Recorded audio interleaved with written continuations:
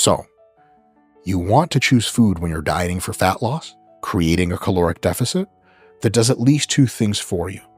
One, it's not so damn delicious that you just want to eat more and more of it. And if you don't, you're just suffering. Like if you were deep into a fat loss diet, I was like, hello, Chris, would you like a Cheeto? You'd be like, don't. Why? Because as soon as one of them Cheetos hits your lips, paradise, purple angels flying around, is better than acid at that point. You just want another Cheeto. So if you're on a fat loss diet, something bodybuilders discovered a long time ago, and a gentleman named, I'm going to butcher his name for sure, Stefan Guyenet, he says pronounced like DNA. I would just say Guyenet because I'm American. Woo! He, I believe, coined the term, or at least exposed the public to it, of something called the food palatability reward hypothesis. Properly couched as a hypothesis, so he's really the fucking man. Okay.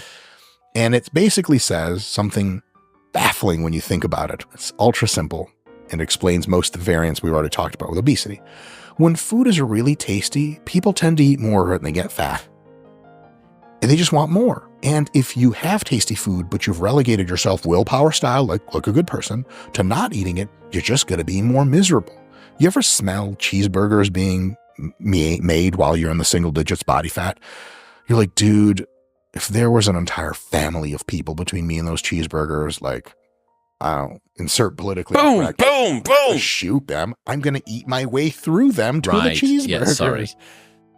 So things that get taken out in editing. I went Native American there. My man. Yeah.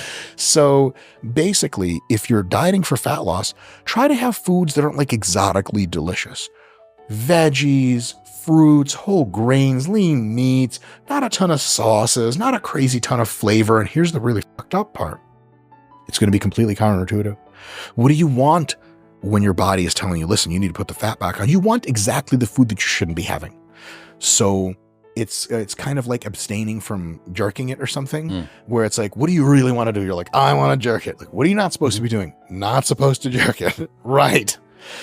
But if you can eat at home, if you can clear all of your shelves at home of junk and just have that lower palatability food, first of all, if you're hungry enough, that shit tastes real good. Plain chicken and broccoli tastes amazing if you're actually hungry. Have that stuff, that's really, really awesome to do. And secondly, you want to have food that keeps you fuller for longer. Food with a lot of fluid volume, food with a lot of fiber, food that takes longer to digest.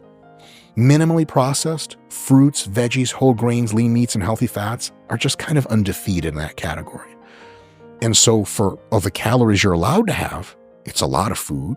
It's not ultra tasty, so you kind of feel like you're laboring through it. You halfway through your meal, you don't even want anymore. You're stuffing yourself, and every week you're losing weight. Paradise. You're really doing it. But it's not paradise because you're going through this boring diet.